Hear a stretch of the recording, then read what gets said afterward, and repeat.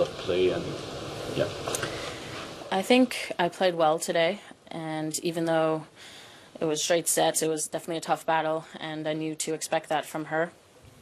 It's always tough with a long rain delay during the match, but it's the same for both girls, so I just tried to relax a bit, and I'm happy that I was able to close out the match, with my serve, being aggressive and taking it early as usual. How do you relax during that rain delay? It's always tough, I really try to conserve energy because I want to give it all on the court. And you try to eat, depending on when you're going to play, but you never know exactly. But, the rain is part of the Wimbledon experience, and I think we've been lucky so far with it. So we are bound to get a little bit of rain, and, you have to have rain to go through Wimbledon. What's your reaction to the match that decided your opponent? Not much of a reaction. It's out of my control, and it shows all of you who asked me, are you ready to play Serena in round 4? Well, that's one of the reasons I don't look far ahead. I think Elisa Cornez is playing good tennis. I know she beat Serena twice already this year, so to beat the #1 player in the world is no easy feat. So I know she's playing great tennis, and I'm looking forward to a battle on Monday. Can you get more specific about her and what the challenge is for you in that next match?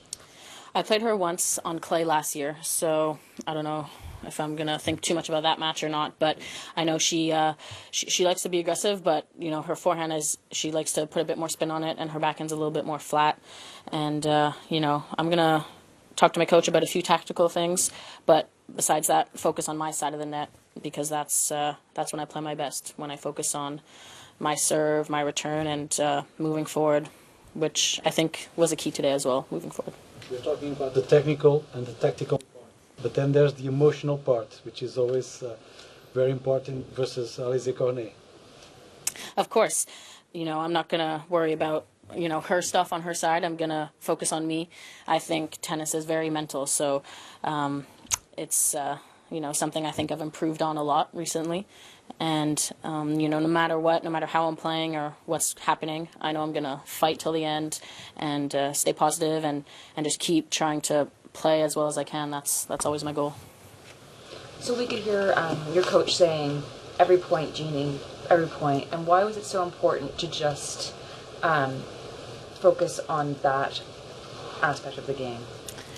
Well, I think it's something that helps me on the court to stay in the moment, and not worry about the score too much or, think about the future or the past, and really just, it helps me concentrate on what I need to do, and then I focus on how I want to play the next point, and I think about picking my targets and, how I want to construct the next point, and, that's all I can really do in that moment is play that point. I know this was on grass and line play, but how did the match in Charleston, your chances maybe to win that one, how did that affect this match? Well, I think that was a tough match, and I had chances and opportunities that I didn't take, but it did not affect this match at all. I've played her 3 times in the past, and today was a new match, so I wasn't going to focus at all on the past because, look, we're in the 3rd round of Wimbledon. It's a completely, clean slate, so that's what that was my first thought going into it, and then I focused on what I wanted to do, and I was happy to be able to close it out with my serve in the second set. What rituals or superstitions do you have surrounding a match, either before or during? I don't have any superstitions. I like to say I'm superstitious about not being superstitious because I think, whether you have 2 or 3 eggs in the morning, that won't affect what happens on the court, and it's really what you do on the court that matters. I have, of course, my professional routines of practicing and stretching afterwards and all that fun stuff, but nothing besides that. I just go and try my best. And what is the story behind what you brought with you What today? is this? I did TV stuff before press, which was different today, and I visited the Japanese set, Wow, and they're very kind and generous people, the Japanese, so they gave me a teddy bear and a Japanese traditional kimono. So I thought, well, why not? I'll wear it. And of course, any stuffed animals I get, I bring it with me on the rest of my press trip. So thought I'd change it up a bit.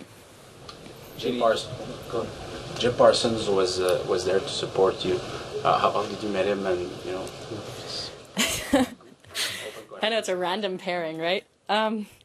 Well, it's been a year about since we've been in contact, and since then he's watched pretty much every match he could watch, or else he would follow on live scores, and he's emailed me after every single match I've played, and he's more positive than all of my team combined, so it's a refreshing change to get a nice email with exclamation marks and smiley faces. But I'm such a big fan of his show, and he says he's such a big fan of me, so it's really cool.